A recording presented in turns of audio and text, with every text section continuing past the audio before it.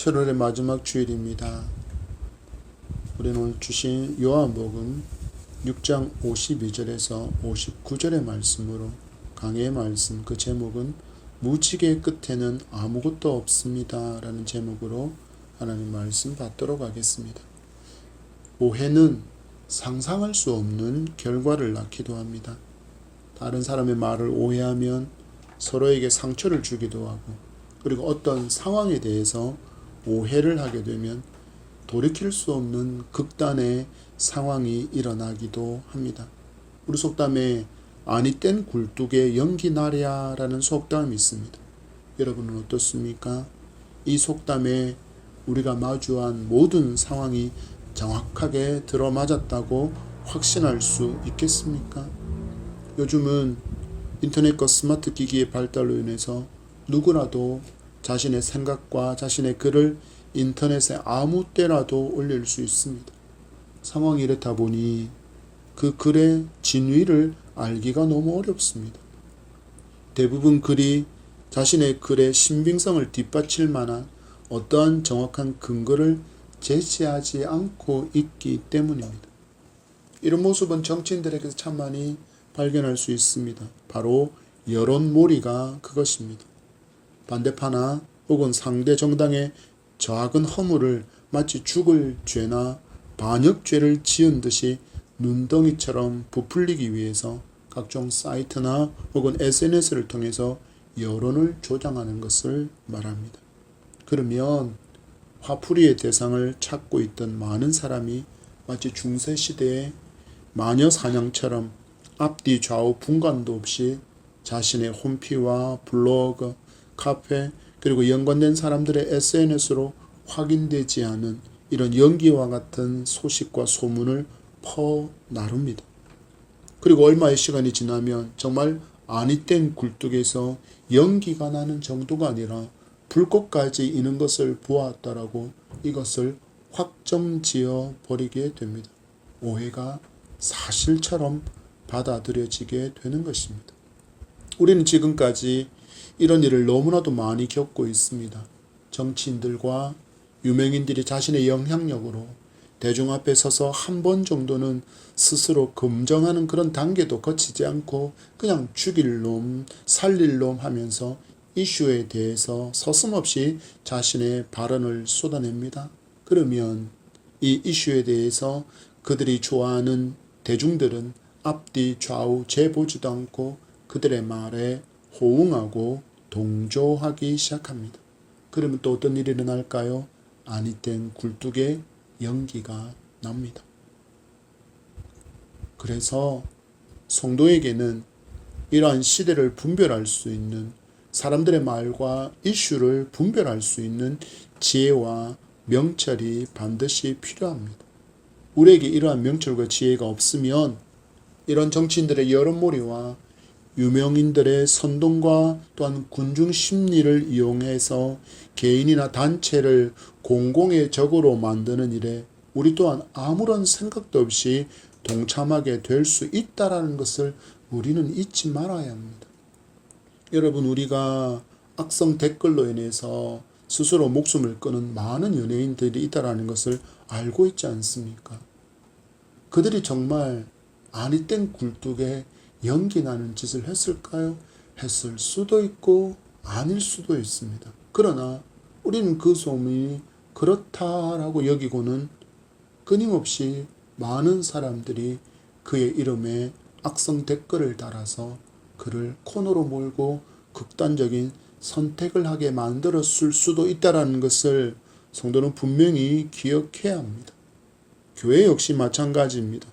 기독교 역사 가운데 교회에 관련된 소문, 성도에 관련된 오해로 인해서 얼마나 많은 고통과 고난과 죽음을 겪었는지 모릅니다. 특히 기독교 박해가 심각했던 로마의 네로로부터 시작된 10대 황제의 통치 기간은 참담 그 자체였습니다. 이런 기독교 박해의 배경에는 4가지의 이유가 있습니다. 첫 번째로는 정치적인 배경이 있고 종교적인 배경과 사회적인 배경과 더해서 황제들의 음모까지 더해져 있었습니다. 짧게 이 내용을 설명해 보자면 비밀스럽게 모이는 기독교의 예배가 로마 정부의 전복을 꿈꾸는 세력처럼 그렇게 해서 정치적인 이유로 인해서 기독교가 탄압받았다라고 할 수 있습니다. 또한 우상 숭배가 만연해 있던 로마 제국에서 기독교는 오직 유일하신 하나님만을 섬기는 것을 주장했기에 이것이 못마땅하게 여겨지는 종교적인 배경이 박해의 이유 중에 하나라고 할 수 있습니다.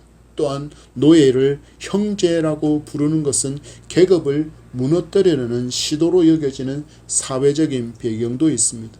그리고 서로를 형제, 자매라고 부르는 호칭으로 인해서 음란한 종교 집단으로 오해받았고, 또한 예수님의 살과 피를 기념하는 성찬 예식을 사람을 잡아먹는 식인 풍습으로 로마인들에게 오해되었습니다. 그래서 이 모든 것들이 모여져서 기독교 박해가 너무나도 처참하게 이루어졌습니다. 여기에 황제의 음모가 더해졌습니다. 황제의 음모를 제외해 본다면 대부분 기독교에 대한 오해, 심각한 오해로부터 박해가 시작되었다고 우리는 볼 수 있습니다. 그러나 황제를 살펴보십시오. 황제에게 있어서 너무나도 작은 나라 유다에서 시작된 기독교는 분풀이의 대상으로만 생각해서 자신들의 나라의 질병이 창궐하거나 혹은 기근으로 인해서 고통받고 천재지변으로 인해서 어려움을 겪을 때 자신에게로 다가올, 자신에게로 몰려들 그 부정적인 여론을 미리 차단하려고 그들은 늘 희생양으로 기독교를 삼았습니다. 모든 것이 우리의 신을 거부하고 있는 저 기독교인으로 인하여서 우리의 신이 노한 진노의 결과라고 여론을 만들고는 기독교들에게 모든 책임을 돌린 결과가 바로 박해의 한 역사라는 것입니다. 우리는 이러한 역사를 교훈 삼아야 할 것입니다. 또한 우리가 마주한 현실에서 성도는 반드시 돌다리도 두드려보고 건너는 신중함과 지혜와 명철이 반드시 필요하다는 것을 기억해야 할 것입니다.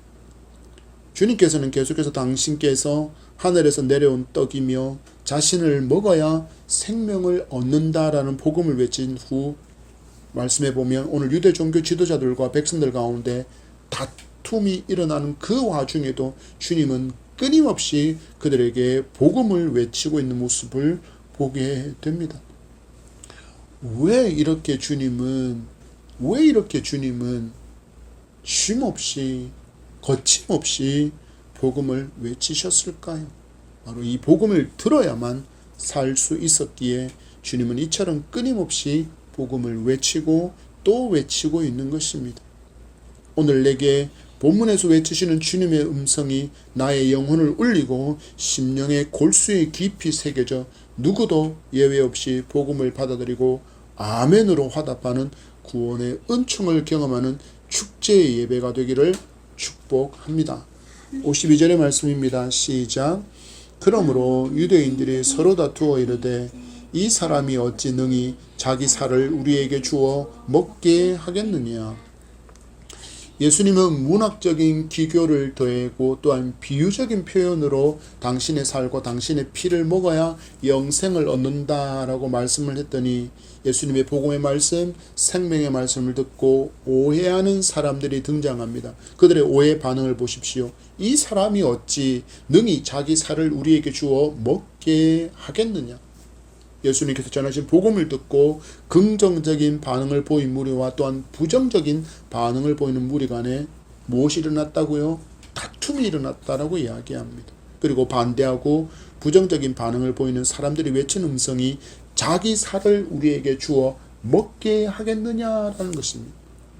생명의 떡, 곧 복음의 말씀을 먹어야 한다는 주님의 음성을 자기 살, 곧 주님의 육체를 먹게 할 것이라는 식인의 풍습으로 잘못 알아듣고 오해하고 있는 것입니다.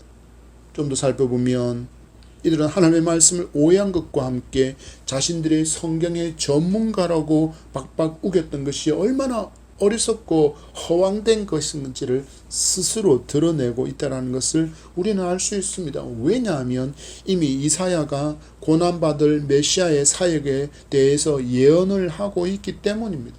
분명히 그들에게는 구약의 성경이 있었지만 그들은 성경의 예언을 자기 입맛에 맞게 해석하고 그것만을 진리라고 굳게 믿고 있었기에 예수 그리스도의 가르침을 오해하고 예수 그리스도를 메시아로 받아들이지 못했던 것입니다.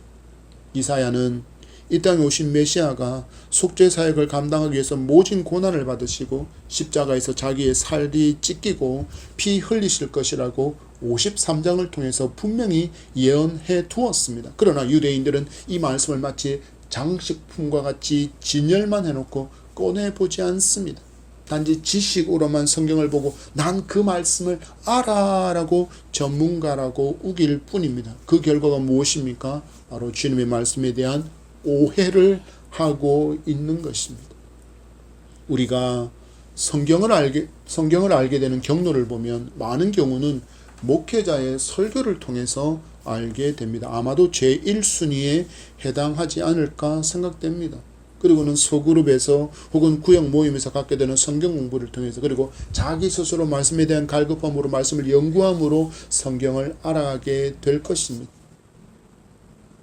하나의 성경 구조를 두고서도 많은 학자들이 해석을 다르게 내놓는 경우가 참 많습니다. 그래서 목회자가 어떤 학자의 책을 참고하느냐에 따라서 해석의 방향도 달라질 수 있습니다. 그래서 많은 목회자가 동일한 본문으로 설교하는데도 서로 다른 해석을 할 수 있다라는 것입니다. 그러면 우리는 어떤 마음의 태도, 말씀을 어떻게 받아야 할까요? 가장 좋은 방법은 하나님의 말씀으로 하나님의 말씀을 해석하는 것입니다. 본문에 기록된 이 말씀이 다른 성경에서는 어떻게 표현되고 있고 주님께서는 이 말씀을 어떻게 해석해 주셨는지를 연구하는 것입니다. 그러면 우리는 엉뚱한 해석을 하지 않고 성경을 오해하지 않을 수 있습니다. 53절의 말씀을 보십시오. 시작. 예수께서 이르시되 내가 진실로 진실로 너희에게 이르노니 인자의 살을 먹지 아니하고 인자의 피를 마시지 아니하면 너희 속에 생명이 없느니라. 예수님께서 힘주어서 말씀하십니다. 진실로 진실로 반드시 그러해야 한다는 뜻으로 강조하시는 내용이 무엇입니까? 인자의 살을 먹지 아니하고 인자의 피를 마시지 아니하면 너희 속에 생명이 없다라는 진리를 강조하십니다. 우리가 입을 통해서 음식을 먹으면 그 음식은 이제 나의 일부가 되는 것입니다. 이빨로 잘게 잘리고 부서진 음식이 식도를 통해서 내장으로 흘러가면 어떤 일이 일어납니까? 각 장기에서 영양분을 잘 빨아들이고 혈액을 통해서 온몸으로 퍼져나갑니다. 분명히 입으로 들어온 음식이지만 이 음식은 이제 내 몸을 건강하게 만들어주는 일부가 되는 것입니다. 이처럼 예수님과 우리가 연합하지 않으면 우리는 영적으로 건강할 수 없습니다. 건강하지 못하면 결국 병이 들게 되고 연약해진 몸은 병을 이길 수 없어서 죽음을 맞이하게 됩니다.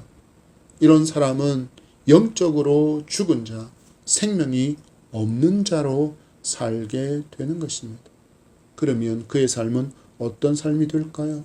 하나님의 뜻과 하나님을 구하는 인생이 아니라 나의 만족과 나의 유익을 구하는 헛되고 헛된 것만을 구하는 인생을 살아갑니다.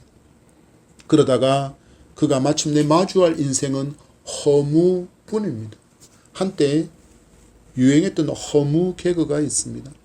나폴레옹이 프랑스를 떠나서 오스트리아를 정복하기 위해서 출정을 나섰습니다.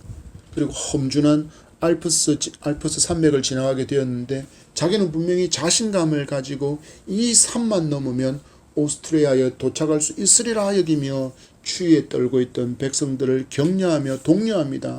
그리고 드디어 이 나폴레옹이 산에 올랐는데 눈보라 속에서 보이는 전경이 머릿속에서 떠올린 장면이 전혀 아닙니다.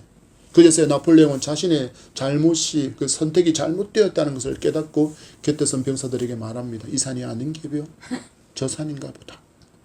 그리고 병사들을 이끌고 자기가 또 확신해서 가리킨 산으로 다시 힘겹게 올랐습니다. 그리고 산에 오른 나폴레옹이 마지막에 말합니다. 어라? 아까 그 산이 맞나 보다.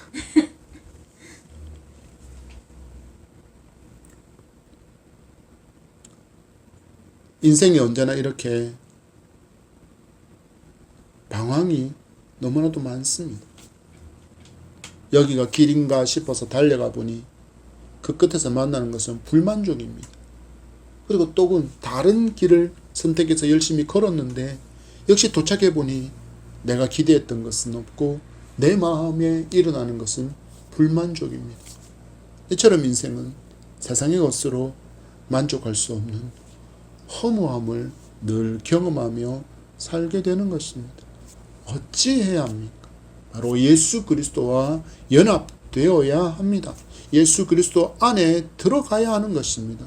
예수님을 나의 구주로 믿을 때 이 놀라운 역사가 나에게 일어나게 됩니다.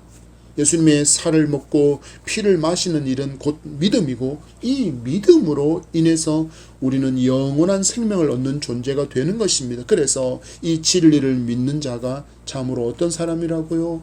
복된 사람이라고 말할 수 있는 것입니다. 주신 54절과 55절의 말씀입니다. 시작. 내 살을 먹고 내 피를 마시는 자는 영생을 가졌고 마지막 날에 내가 그를 다시 살리리니 내 살은 참된 양식이요 내 피는 참된 음료로다. 아멘. 이 놀라운 구원의 복음을 믿게 된 사람은 예수님의 살과 피를 마신 사람이 되고 이로 인해서 영생과 부활의 소망을 가진 존재가 된다는 것을 가르쳐 주시는데 그 근거가 무엇입니까? 바로 예수님께서 참된 양식이시고 예수님의 피가 참된 음료이기 때문이라고 말씀합니다. 우리가 살고 있는 이 지역에서 그리고 전국에서 전 세계에서 가장 유명한 식당에서 음식을 먹게 된다면 기분이 좋지 않겠습니까? 맛있는 음식을 먹으러 갔는데 그러나 그 음식이 우리에게 영생과 부활의 소망을 주는 참 양식이 되지는 못합니다. 아무리 비싸고 아무리 유명한 곳에서 먹어도 그 음식은 나에게 영생의 소망을 줄 수 없는 것입니다. 다시 사는 부활도 줄 수 없습니다. 주님 말씀하시기를 이스라엘 백성이 하늘에서 내리는 만나를 먹었지만 결국 죽은 것처럼 이 땅에 어떤 것도 우리에게 영생과 부활의 소망을 줄 수 있는 것은 전혀 없습니다. 그래서 오직 예수 그리스도만이 인류의 유일한 소망이며 참된 만족을 얻게 해줄 수 있다는 진리를 듣고 믿게 된 성도가 가장 복된 인생인 것입니다.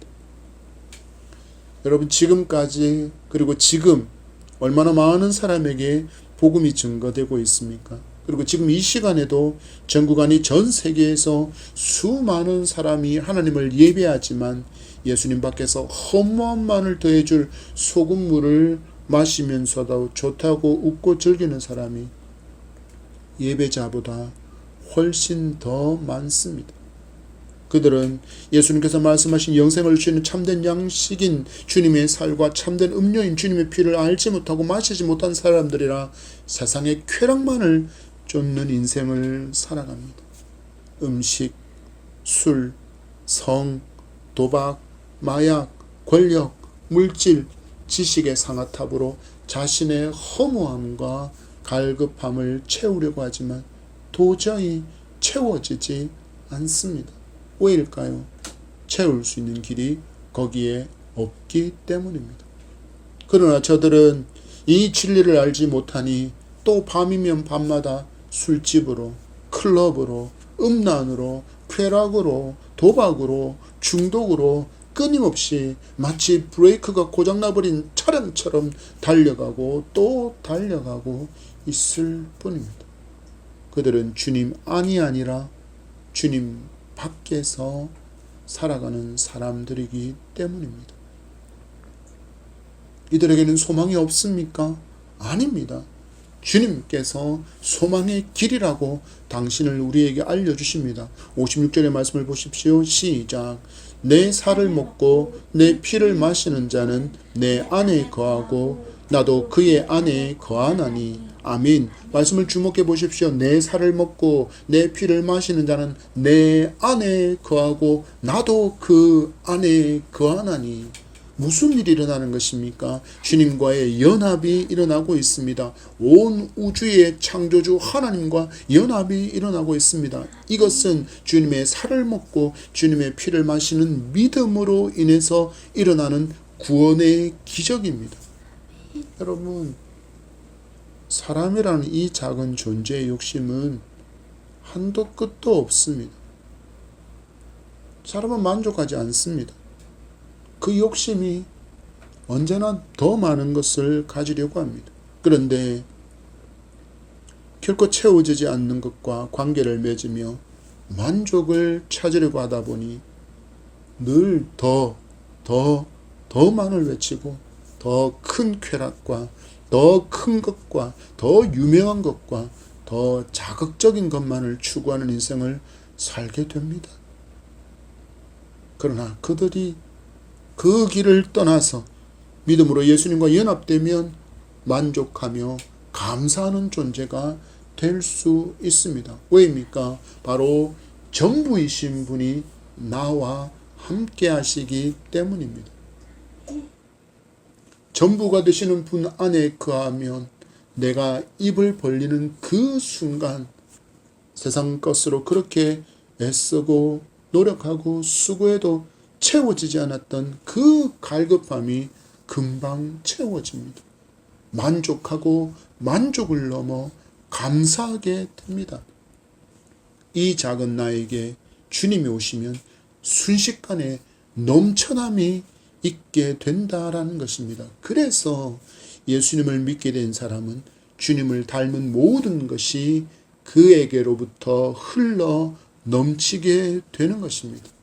만족하는 인생, 사랑이 넘치는 인생, 감사가 넘치는 인생, 베풀고 나누면서도 기뻐하는 인생, 시선이 위로 향하지 않고 낮은 곳을 향하며 긍휼을 실천할 수 있는 인생이 되는 것입니다. 이렇게 할 수 있는 이유가 무엇입니까? 내 안에 전부이신 주님이 찾아오셨기 때문이고 내가 전부이신 주님 안에 거하게 되었기 때문입니다. 여러분의 생각과 여러분의 말 가운데 뭔가 부족하다, 뭔가 결핍이 있다라고 생각하고 말하고 있다면 우리는 주신 말씀으로 점검해 보아야 합니다. 나는 주님 안에 거하고 있는가? 주님께서 내 안에 거하고 계시는가? 이 두 질문으로 우리는 왜 이렇게 생각하고 말하는지 그 답을 찾을 수 있습니다. 이 질문에 답을 가진 인생이 되면 우리는 가만히 안주하지 못하고 주님처럼 사명의 자리를 향해 달려가게 됩니다. 57절의 말씀입니다. 시작. 살아계신 아버지께서 나를 보내심에 내가 아버지로 말미암아 사는 것 같이 나를 먹는 그 사람도 나로 말미암아 살리라. 아멘. 인간을 구원하시기 위해서 이 땅에 메시아 예수 그리스도를 보내신 하나님께서 이제 예수님을 나의 구주로 믿게 된 우리에게 요구하시는 것이 무엇입니까? 구원의 역사를 이루어가는 것입니다. 바로 복음 전도의 사명의 자리로 달려가는 것입니다.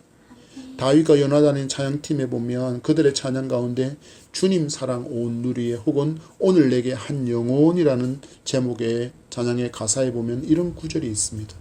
오늘 내게 한 영혼 보내주시옵소서. 죄에 빠져 길을 잃고 헤매이는 자에게 오늘 내게 한 영혼 보내주시옵소서. 갈 바 몰라 방황하는 형제 자매들에게 아무도 사랑 않고 관심도 없는 그들에게 날 이끄사 전할 말 줍소서. 주님을 먹으라고 주님 말씀하십니다. 주님의 피를 마시라고 주님이 말씀하십니다. 그래야 주님이 외치시는 그 복음을 먹어야만 영생을 있다고 말씀하시는 주님의 외침이 이제는 우리의 외침이 되어야 합니다. 주님께서 온 인류의 구원을 위해서 이 땅에 오셔서 외치신 복음을 거부하는 인생은 망할 수밖에 없기 때문입니다. 우리가 먼저 이 진리를 진실로 믿어야 합니다. 그리고 믿은 후에는 이제 우리가 달려가야 합니다. 주님의 사명 선언을 들어보십시오. 마가복음 1장 38절에 이르시되 우리가 다른 가까운 마을들로 가자. 거기서도 전도하리니 내가 이를 위하여 왔노라 하시고, 바로 이 주님의 열심 때문에 우리에게 구원의 문이 열린 줄 믿습니다. 그리고 내가 지금 예수 그리스도를 나의 구주로 믿게 된 성도이며 하나님의 자녀, 하나님의 나라의 백성이 된 줄 믿습니다. 이제는 우리가 주님의 사명을 이어받아서 복음 전도의 사명을 잘 감당하는 칭찬받는 성도가 되기 위해서 무엇을 외쳐야 하는지 이어지는 말씀을 주목해 보십시오. 58절과 59절의 말씀입니다. 시작. 이것은 하늘에서 내려온 떡이니 조상들이 먹고도 죽은 그것과 같지 아니하여 이 떡을 먹는 자는 영원히 살리라. 이 말씀은 예수께서 가버나움 회당에서 가르치실 때에 하셨느니라. 아멘. 주님의 말씀에 따라서 땅의 것은 우리에게 영원한 생명을 줄 수 없다라는 진리를 외쳐야 합니다. 오직 하늘에서 내려온 떡이신 예수 그리스도의 복음을 먹고 믿어야만 영생을 얻을 수 있고 또한 만족하며 감사하는 인생을 살 수 있다는 이 기쁨의 소식을 우리가 외쳐야 합니다. 인생들은 마치 물 위에 떠있는 부평초와 같이 세상 바람에 이리저리 나부끼다가 허덕이고 또 허덕이는 인생만 살아갈 뿐입니다. 그들에게 깊은 뿌리를 내릴 수 있는 옥토가 있다는 것을 알려주어야 합니다. 이 시대는 한마디로 중독의 시대라고 말할 수 있습니다. 어린 아이들까지도 어른들의 이기심과 그 패악한 마음으로 인해서 마약에 물들어가고 있습니다. 중독은 처음부터 중독 현상이 나타나지 않기에 위험한 것입니다. 점점 횟수가 늘어가면 늘어갈수록 중독도 깊어지고 결국 그 중독에서 헤어나오지 못하게 됩니다. 중독의 위험성을 알리는 한 예화가 있습니다. 어떤 사람이 도박에 중독이 돼서 패가 망신했습니다. 사업체도 잃어버리고 재산도 잃고 가정도 잃고 자신도 점점 폐인이 되어갑니다. 그래서 그가 결심합니다. 화투와 카드를 하던 이 오른손을 잘라버리면 내가 더 이상 도박을 안 하겠지. 그러나 그의 결심은 모두 수포로 돌아갔습니다. 왼손으로 도박하고 발가락으로 도박합니다. 이것이 바로 중독된 사람의 실체입니다. 긴급한 치료가 필요합니다. 이들은 자신의 갈급함에 만족을 주는 것을 발견하지 못했기 때문에 자신을 중독으로 이끄는 그것을 선택하게 됩니다. 그러나 예수님으로 채워지면 도박의 유혹을 이길 수 있고 어떠한 중독 그 현장에서 벗어날 수 있는 힘과 또한 용기를 얻을 수 있으며 아예 사전에 그것들을 거들떠 보지도 않습니다. 왜냐하면 나는 채움을 받았기 때문입니다. 나는 만족한 인생이 되었기 때문이고 나는 감사할 줄 알고 베풀 줄 아는 그런 인생이 되었기 때문입니다. 세상의 모든 유혹을 이길 수 있는 것은 내게 완전한 만족을 주는 것으로 채우면 됩니다. 바로 예수님이 그런 분이십니다. 불만족과 결핍을 가져온 죄의 문제를 완전하게 해결해 주신 전능의 주님을 나의 구주로 모셔드리면 우리는 넉넉히 이기게 되는 줄 믿습니다. 우리 자녀들이 노출된 사회는 여러분이 경험한 사회와는 하늘과 땅과 같은 차이가 있습니다. 지금 그 자녀들에게 바른 믿음을 전해 주어야 합니다. 다음 세대가 좋은 믿음의 선배를 둘 수 있도록 여러분이 그런 멋진 믿음의 선배가 되어 주시기를 간절히 부탁합니다. 이 또한 전도이기 때문이고 주님께서 맡기신 사명을 감당하는 것이기 때문입니다. 주님 말씀하셨습니다. 내가 너에게 분부한 모든 것을 가르쳐 지키게 하라. 복음을 가르치고 지키게 해야 할 사명이 먼저 믿음을 선물로 받은 우리에게 있다는 것을 외면하지 않기를 바랍니다. 주님은 언제나 복음을 외치고 가르치는 일에 최선을 다하시며 우리에게 모범을 보여주셨습니다. 그리고 우리가 주님처럼 살아가기를 기대하시고 넉넉히 이 사명을 감당할 수 있도록 성령도 보내주시며 성령의 권능도 주시고 우리에게 이 사명을 잘 감당하라 말씀하십니다.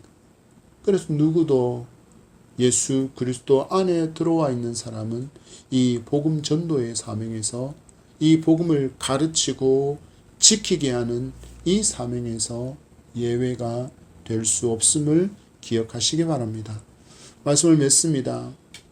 복음은 끊어짐이 없어야 합니다. 그러나 너무나도 안타깝게 이 시대는 복음이 단절되어 가고 있습니다. 대형 교회에도 다음 세대의 숫자가 점점 감소하고 있습니다. 중소교회는 다음 세대를 품는 기관이 아예 사라졌고 그를 담당하던 사역자들도 교육자들도 그 자리를 잃어가고 있습니다. 많은 사람들이 이야기합니다. 출산의 감소 때문이라고. 그래서 아이들이 없는 것 맞습니다. 부인할 수 없는 사실입니다. 아이들을 위한 전문 병원인 소아과가 문을 닫고 있음이 그 하나의 증거이고 유치원과 어린이집도 점점 폐원하는 곳이 늘어가고 있음이 또 다른 하나의 증거이기 때문입니다. 그렇지만 여전히 믿는 아이들의 숫자보다 믿지 않는 아이들의 숫자가 훨씬 더 많다라는 사실을 기억해야 합니다. 이것은 아직 기회가 있다라는 것입니다. 우리가 다시 복음의 열정과 눈물을 회복하면 됩니다. 이 대한민국을 복음의 나라로 만드시려고 하나님은 이방의 많은 선교사들을 이 땅으로 파송하시고 순교의 피를 눈물을 흘리게 하셨고 그 피와 눈물 위에 이 땅에 복음이 꽃피웠습니다. 우리보다 앞선 믿음의 선조들의 눈물이 마르지 않아서 우리에게로 복음이 흘러왔는데 우리는 혹시 눈물이 마른 것은 아는지요? 혹은 기도의 불이 수그러들고 있지는 않는지요? 주님은 당신 앞에 있는 백성들을 구원하시기 위해서 한순간도 복음 전파를 멈추지 않으셨습니다. 우리 주저앉은 무릎을 이렇게 세웁시다. 식어버린 여러분의 기도의 자리에 온기가 더해지기를 소망합니다. 그리고 눈물로 씨를 뿌리는 우리가 되기를 소망합니다. 주님이 그렇게 하셨기에 우리가 이렇게 하는 것은 마땅합니다. 마땅히 해야 할 사명의 자리를 외면하고 있었음에 회개합시다. 다시 분연히 일어나 사명을 즐겁게 힘차게 감당하는 우리 모두가 되기를 축복합니다. 참된 양식, 참된 음료, 우리에게 만족을 줄 수 있고 구원의 길을 열어줄 수 있는 것은 바로 예수 그리스도밖에 없다라는 진리를 전하고 또 외치는 우리가 되기를 소망합니다. 주님 말씀하십니다. 53절 말씀에 예수께서 이르시되 내가 진실로 진실로 너희에게 이르노니 인자의 살을 먹지 아니하고 인자의 피를 마시지 아니하면 너희 속에 생명이 없느니라. 엄중한 주님의 경고를 우리가 다시 세상을 향해 울려야 할 줄 믿습니다. 보기에는 너무나도 아름다운 무지개 같은 세상의 것들이지만 그 끝에서 얻을 수 있는 것은 아무것도 없습니다. 이것을 아는 것이 참 지혜이고 또한 참된 만족은 오직 예수 그리스도임을 믿는 성도는 축복의 성도입니다. 이 사실을 믿고 주님께서 우리에게 베풀으신 그 은총을 널리 널리 전하는 우리가 되기를 소망합니다. 폭염이 이어지는 계절의 중앙에서 너무나도 지치고 힘겹지만 이 가운데서도 이 복음을 지혜롭게 전할 수 있는 명철을 더해 주시도록 강건함을 주시도록 기도하며 전진하는 그런 우리의 삶이 되기를 축복합니다.